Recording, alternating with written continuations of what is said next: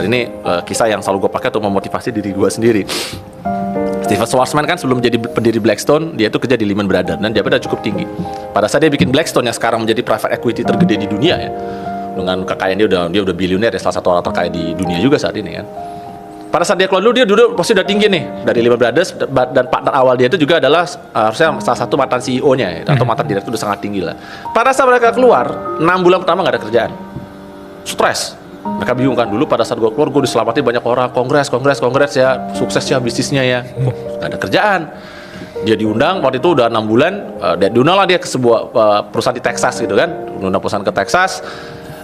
Panas-panas, mobilnya mogok, tak kenapa jadi dia bisa jalan, keringetan itu kan, sampai presentasi lah, dia pikir dia mau dikasih mandat, mau kerja kan sebagai ini kan, private equity kan, ternyata enggak, orang-orang itu, oh enggak, kita nih cuma pengen kenalan aja, soalnya kamu berdua ini kan terkenal banget nih selama ini di Lehman Brothers, karena punya perusahaan sendiri, saya pengen kenalan aja, mati kan udah gue jalan jauh-jauh, udah kepanasan, kebakar, udah gue sekarang harus pakai duit sendiri, udah bukan duit korporat lagi karena I'm making my own company gitu kan, dan kemudian gue dikerjain sama orang-orang, gak dikasih kerjaan.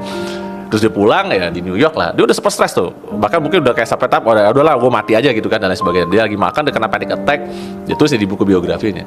Terus tiba-tiba di titik yang udah sangat rendah itu, dia kemudian menyadari satu hal, sebentar, kalau gue mati di sini, kalau gue gagal di sini, orang yang mau ngetawain gue tuh antri sampai ke pinggir jalan pengkolan.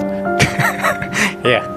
Dan gue bilang sama persis, itu ada di otak gue juga. Kenapa gue benci kegagalan dan sebagainya dari itu, dan kenapa walaupun gue udah sering jatoin banyak orang yang ya, I mean if you're successful you need to have some enemies ya, like if you're not successful enough you don't have any enemies. Of course. Dan kemudian kenapa selalu bangkit lagi dan nggak pernah mau kalah lagi, dan kayak orang tuh kesel apa nih perang nggak mati-mati pada kata karena buat gue nggak ada lebih menyenangkan daripada melihat muka musuh-musuh gue sebel.